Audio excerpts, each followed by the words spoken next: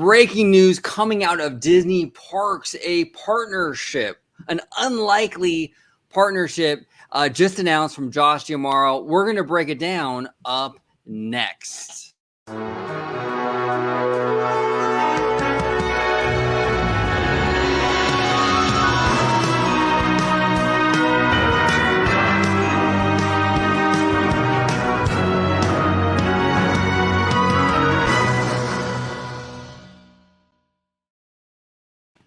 Welcome aboard to another episode of Orange Grove 55. We are talking some breaking news today, really exciting news actually coming out of Disney Parks. We're going to talk about it, but before we do that, let me introduce my fantastic panel.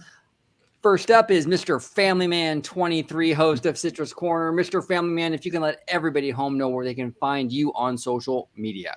Absolutely. You can find me on my YouTube channel, Disney Family Man 23, on Twitter at Disney George, and of course on your channel, Orange Grove 55, Citrus Corner. And I cannot wait to discuss this with you fellas because this one caught me by surprise, and I'm very excited about it.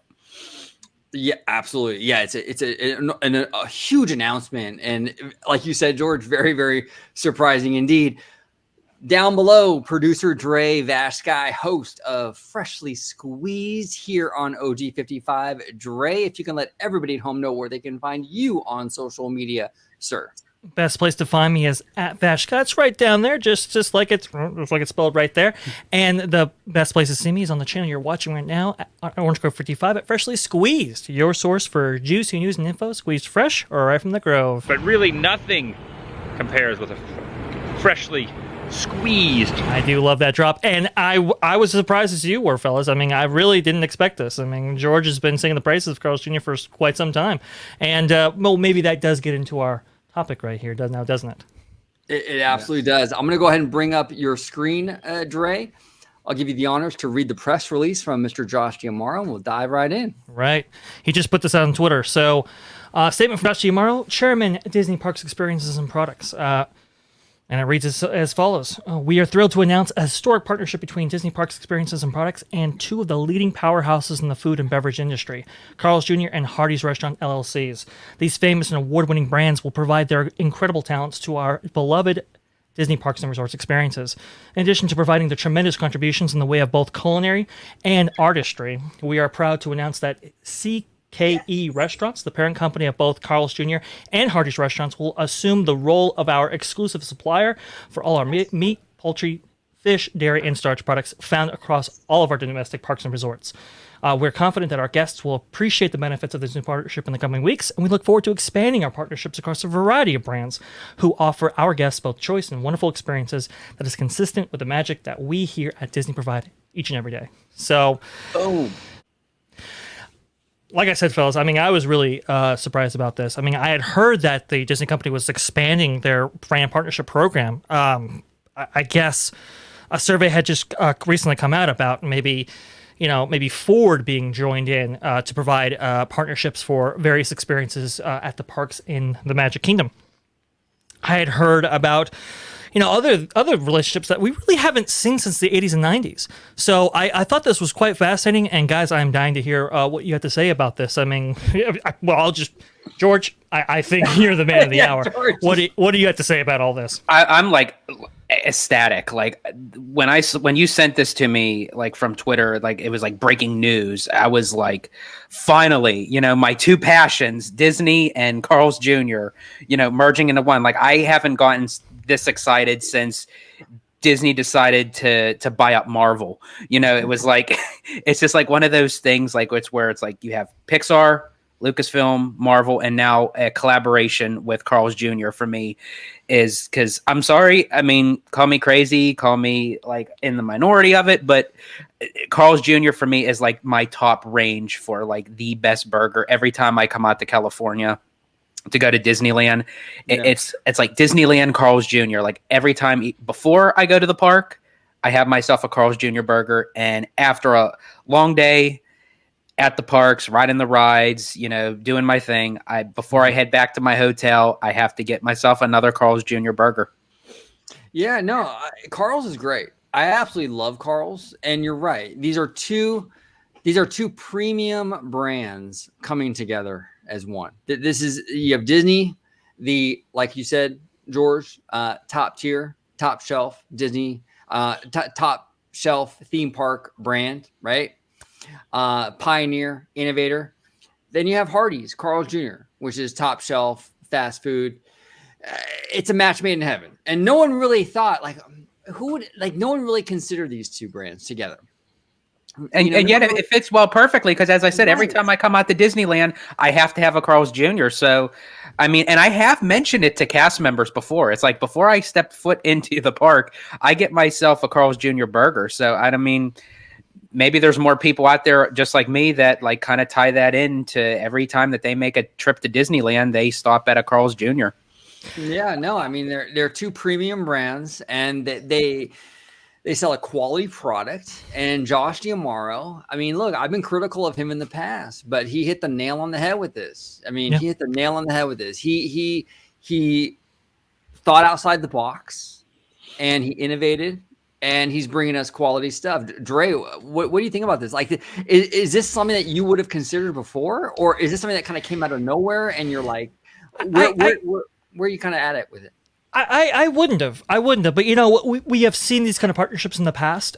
We've seen, like, I remember the big hullabaloo about bringing Starbucks in the parks, right? When Nestle ended that sponsorship of providing various coffee products to the Disneyland Resort and Walt Disney World. I mean, it was a big change, and to get a huge industry leader like Starbucks, I mean, it was quite the uproar. But now, looking at it years down the line, I believe 2012, was the first Starbucks. I believe so. Yeah, it was with the relaunch of Disney California Adventure, I believe, ushered in the first of these Starbucks locations inside any of the parks. And looking at it 10 years later, I mean, it was really a good change. It was a good move. And Starbucks is consistently, no matter what park you go to, whether it be the six, any of the 6 domestic parks, that line is consistently around the corner. So when you look at successful partnerships, I mean, that's kind of the gold standard, and I think they want to duplicate that here with this integration with Carl's Jr. You're absolutely right, Dre. It's a partnership. Like you said, it was started with the Starbucks partnership and how well that did for Disney and Starbucks, and now this next generation, so to speak, of these partnerships where now they're getting into like Carl's Jr. and Hardee's and kind of like leveling up, right? And getting into more, not just coffee anymore. Now we're talking like food-based stuff. And look, Carl's Jr. and George, I know you can attest to this, man.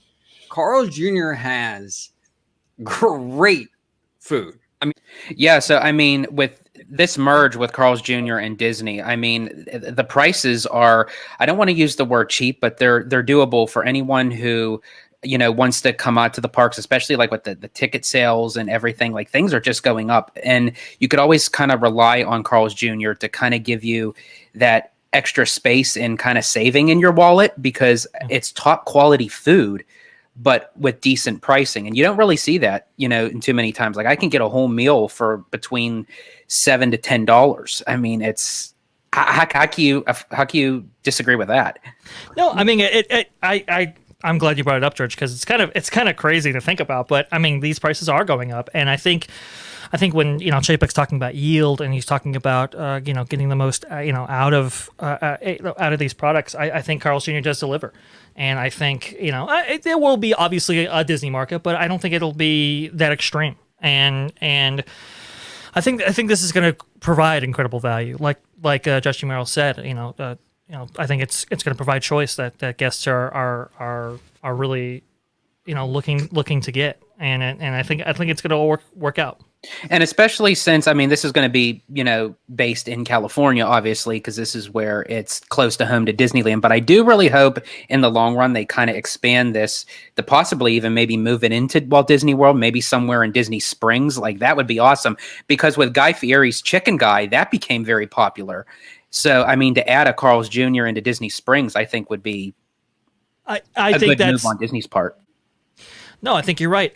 George. And I think I could very much see Downtown Disney or even Disney Springs, adding this. Downtown Disney is going through a rebirth of its own, and I think this would incorporate itself perfectly. Even next to Earl Sandwich and so forth. I think the menu items at various locations in the Disney parks will be limited, right? But to get full-fledged restaurants at their various shopping and dining districts, I think it'll be a nice boon for guests and for Disney themselves. Yeah, no, absolutely. Absolutely. This is a win for everybody. This is a win for Disney. This is a win for Hardee's, Carl's Jr. This is a win for guests. A win for everybody. Yeah. We're getting a quality product with Carl's coming into a quality theme park experience with Disney. It's a marriage of the gods, basically. Yeah. You can't get a better, you can't get a better partnership than this. You really can't. And I think that this is gonna be phenomenal. Look, I gotta tell you, the menu is out of control here. Yeah. Come on, jalapeno popper. No, I think you're right. And when you look at the kind of diversity that you see on Carl's Jr.'s menu, I mean, I haven't seen it for quite a while, but you look at it and you go, wow, I think this is what the Disneyland Resort or even Walt Disney World Resort, for that matter, is kind of looking for to providing its guests from all around the world as kind of markets open up and as kind of airlines. International travel becomes much more of a thing. I think they're going to be kind of looking for this. So I'm excited now. OG, I believe we were talking before the show, kind of doing the history and looking at the how the history kind of interrelates with Disneyland Resort. Could you provide some clarification on that? I believe the first hot dog locations for Carl's Jr. started in, if I'm hearing this correctly, July 17th, 1941 in Los Angeles? Yep. It shares the exact same day as Disneyland, July 17th. Now, it came about a little earlier, obviously, than Disneyland, 1941, as opposed to Disneyland, which was 1955. But hey, they have history. July 17th is the magic date for both the Carl's Jr. Company, Hardee's, and Disneyland. I think that's pretty special. And I think what makes it even more magical is the fact that Carl's started their date first before Disney. A lot of times, people kind of mimic the date for Disney and kind of follow through that. But being that this was before 1955, it's coincidence. I think it's the stars were kind of aligned right for these two to kind of merge. Well, did you also know where the first Carl's Drive-In Barbecue, or the first Carl's Jr. was actually opened? It was actually in Anaheim on Harbor Boulevard. At then it was known as Palm Street. But back in 1945, Carl Karcher, I'm sorry, he establishes a Carl's Drive-In Barbecue at, I believe it was 1108 North Palm Street, now Harbor.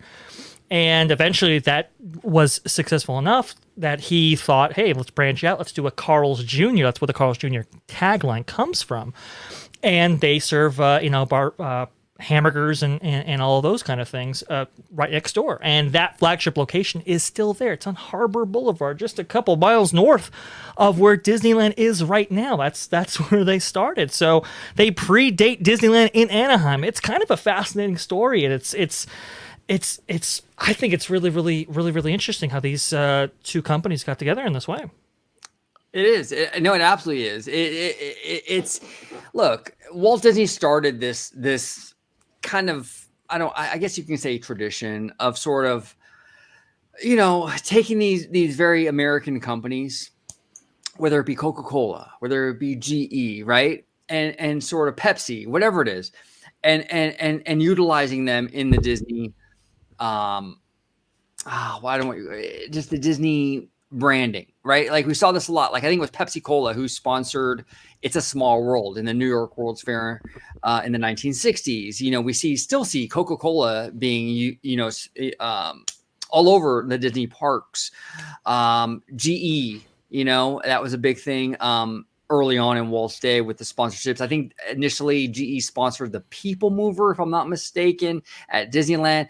But look, this has been an ongoing thing for Disney, kind of seeking out these outside companies and sort of working with them in regards to the parks. And this is an ongoing continuation of that tradition. And now, Josh D'Amaro, to his credit, is bringing Carl's Jr. into that fold and bringing them into this history of like, you know, sort of like this marriage between Disney and these corporations, and just kind of utilizing them in this way. I think it's fascinating. I think, like you said, Dre, with the history of July 17th, and you know, with Carl Jr. and with Disneyland, I think this is a match made in heaven.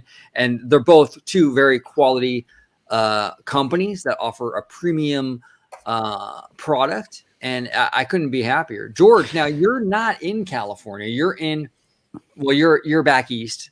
Right. So when you come to California, I mean, this is like, we joked around about it a lot in the past, but this is like your go-to, right? Like, you love Carl's Jr. This is my go-to every single time. And it actually wasn't until this past September, I actually found out, I am familiar with some, you know, notions of the state of California, but because I only fly into John Wayne, you know, I don't really know too much, but I guess depending on where my gate was, I realized that there's a Carl's Jr. inside the airport, which I was not aware of. Wow. So I actually, right off the plane, I got myself a Carl's Jr. before I even got my Uber over to my hotel. And I always tend to stay at a Disney Good Neighbor hotel that is adjacent to Carl's Jr. So that way I could walk to and from the parks, but also to and from my hotel to the Carl's Jr. that's right on Harbor Boulevard. Yeah, like Chapman, I believe, is where that Carl's Jr. is. Yeah, it's right next to the Travelodge. Travelodge, and I believe the Target's right across the street, or am I mistaking that location? I think it's right. It's right by. I believe. I'm trying to think of the PM location. next to it. Yeah. Okay. Yeah, I mean, it's been a famous location. I've gone to that location several times, of course, over the years. I mean, it's kind of inextricably linked with Disneyland in a way. It's kind of a weird thing, but you know, with the Anaheim kind of origination and so forth, and that flagship location, like I said, I mean, it's kind of you know, they I think they have this kind of. You know, they're kind of the star-crossed lovers almost, you know, throughout this kind of edifice of time. That they keep swiping past each other, and I think this is the culmination of that. And I think it is really cool. You know, it's interesting. Walt and Kroc from McDonald's were actually going to get together initially in the inception of Disneyland to bring their kind of McDonald's quick service type systems to Disneyland in the early days. So a lot of people don't know that, but the association unfortunately never worked out. But they were about this close to actually finding that to actually forging that relationship. Of course, obviously they did forge that relationship, McDonald's and Disney, later on back in the 90s. Right. But before 1955, I mean, it was this close. And it was actually, I think it was Walt who was like, yeah, for how much you're you know, charging for those burgers, we need to charge a little bit more, which is quite fascinating. It's one of those rare times when Walt Disney was like, bottom line, we you know, the price of these products needs to be you know, higher, and Kroc said no, but you know, do you fellas also work out sometimes? Do you fellas also think that this was like a tactic on Disney's part, you know, especially with everything that's going on right now, especially in the state of California, that, you know, we had this conversation before that, you know, with the Imagineers moving to Florida and what have you, that they're trying to kind of sustain a place where, you know, Disney can still kind of merge with these off-site branding locations to kind of not necessarily hold themselves afloat, but just kind of Band-Aid temporarily just to kind of keep things moving. Well, it is a kind of a California brand, obviously, but CKA Restaurant Holdings is actually in Franklin, Tennessee. So, I mean, it might be a symbolic gesture. You never know, but I mean, you know, it is kind of a, you know, it's interesting that you say that. I mean, symbolically, it is kind of a California company. Maybe it is them trying to, I don't know, kind of improve their relationship with the state of California now that it's become so contentious. It is a possibility, I think. Yeah, no, absolutely. No, it could be. It absolutely could be, George. Absolutely could be. I mean, the landscape is ever evolving right now. We've seen the politics in regards to Newsom and Chapek. We've seen the politics in regards to Disney and DeSantis even recently. It wouldn't surprise me at all if there's something going on here with that, and there's that California connection. That's interesting. That's a very interesting point you bring up, actually. Very interesting. Mm. You know. Now, was there anything else you wanted to bring up, OG? Any menu items or so forth? What I want to ask, because George, you are the Carl's guy. I love Carl's too, but what's your go? Like, I'm a superstar all the way. Like, you're I love superstar. Okay, so you're this guy right here. Yep, superstar with cheese. And you do with cheese? Yes. Now this is 2 charbroiled all beef patties, 2 slices of melted cheese, lettuce, tomato, onions. Do you do all? I do everything. I do everything. Nice. Now, see, I agree with you. I do like this burger. Light on the onion. I do like a little bit of onion, but not like where it overpowers everything else. Because onion sometimes could overdo the taste of everything else. True. Yeah. Everything on here is good for me. This is the only point of contention for me myself is the mayonnaise. Not a mayonnaise guy. I'm probably the only white person on the planet that hates mayonnaise. But here's the thing, though. See, because I'm used to because being over at the East Coast, and I know you guys have it over there too. But because I'm so used to getting a Whopper from Burger King, so what they kind of do is they have like the mayo and the ketchup kind of mixed in the burger. Ooh. So you can't really because. In a way, really, you're not the only white guy because I'm also not a big fan of mayo by itself. Yeah. But intertwined with the ketchup, with the tomatoes and the lettuce, you can't really even tell that it is actually mayo. So that's interesting because it's like a hybrid. It's like a hybrid sauce. That's interesting. I think In-N-Out kind of incorporates that same thing, right? With that pinkish kind of sauce you see in the In-N-Out burger. It's like they call it spread. Spread, yeah, exactly. So that's what that is. It's mayonnaise and ketchup mixed. That's interesting. Yeah, interesting. Now I have tried the Mile High burger where they add the onion rings. Uh-huh. The only problem with that is I always end up taking the onion rings off and eating them separately. so it's like I just started sticking with the superstar and then maybe possibly ordering the onion rings on the side. But I am a huge fan. I am a very big stickler when it comes to fries. The fries have to be made a certain way. And this is where I kind of degrade Burger King for that notion because they used to have the type of quality of fries that Carl's Jr. has. Yeah. And now they're just very, very thick, very potato-y. It's like they have like no flavor to them anymore. They're almost like steak fries now. Yes. And that's not me. That's not what I'm like an associate with Burger King. That's, I do love a good, set of steak fries, but I'm used to getting that from like Red Robin or something, but not from Burger King. And sure, I hope that they keep their fries the way they do at Carl's Jr. because it's the best way. They're fresh, they're salted perfectly, they're not too dry. And that's also the other thing with Carl's Jr. is like everything is made like you could taste the freshness. Like it's not something that's just sitting there, and it's, FDA approved prepackaged meat. It's like no, 100%, George. And I was actually going to bring that up. I'm glad you brought this up because like when you go to a lot of other fast food places, you can tell they're patties that were microwaved. They throw them in the microwave right before you order it and they give them to you. At Carl's though, these are like you can tell they're grilled. They're like made to order. Like it feels more fresh. It feels more premium. Exactly, much more premium.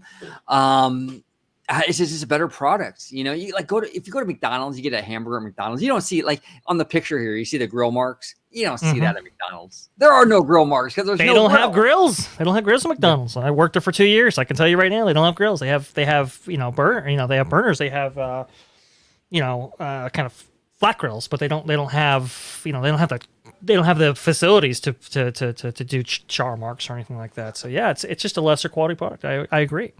We talk about fresh product, we talk about premium product. One of the things that was really interesting about the press release was it actually included starch products as well. The reason I bring that up is because as part of the Hardee's acquisition for Carl's Jr. back in 1997, which doubled or even tripled their a number of locations. back east on the kind of the East Coast. That's why it's kind of two separate brands now. One has a West Coast identity. One has a East Coast identity.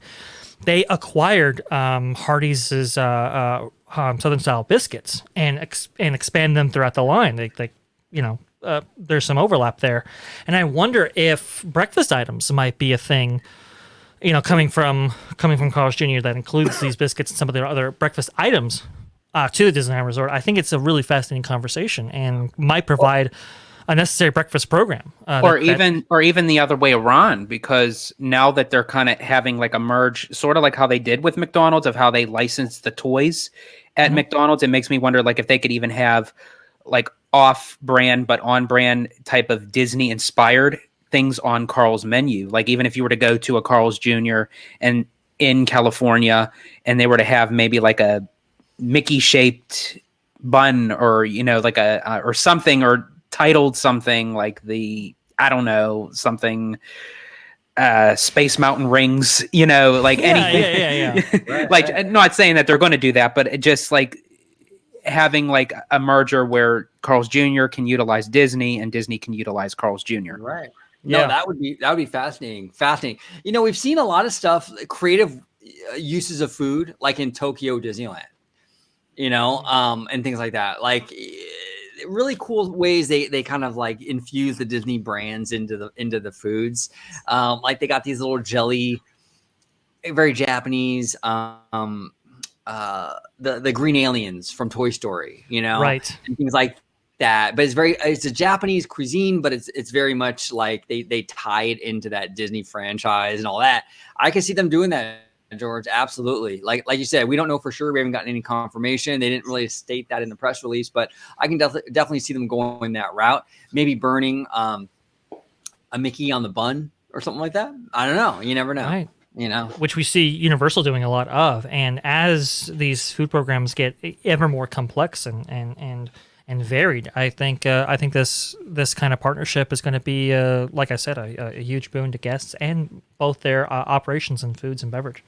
Just whatever they do, stay away from that PB&J slushy. That's all I ask. Yeah, yeah, none of those type of products. I think that's bad.